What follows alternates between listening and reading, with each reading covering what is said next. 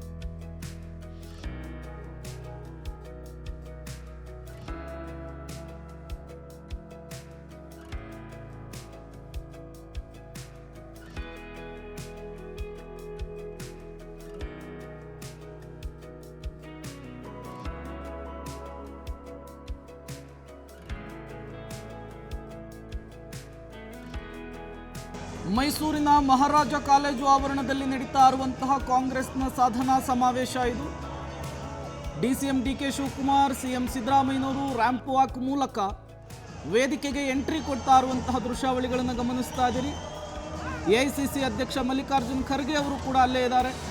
ಎಚ್.ಸಿ. ಮಹದೇವಪ್ಪ ಅವರು ಕೂಡ ಜೊತೆಗಿರೋದನ್ನು ಗಮನಿಸ್ತಾ ಇದ್ದೀರಿ. ಮೈಸೂರಿನಲ್ಲಿ ಈ ಸಾಧನಾ ಸಮಾವೇಶ ನಡೀತಾ ಇದೆ.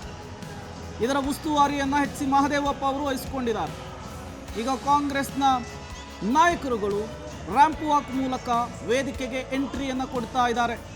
ಜನರತ್ತ ಕೈ ಬೀಸ್ತಾ ಸಿಎಂ ಸಿದ್ದರಾಮಯ್ಯನವರು ವೇದಿಕೆಯನ್ನು ಪ್ರವೇಶ ಮಾಡ್ತಾ ಇದ್ದಾರೆ. ಎಲ್ಲೆಲ್ಲೂ ಕೂಡ ಕಾಂಗ್ರೆಸ್ ಬಾವುಟಗಳು ರಾರಾಜಿಸ್ತಾ ಇದೆ.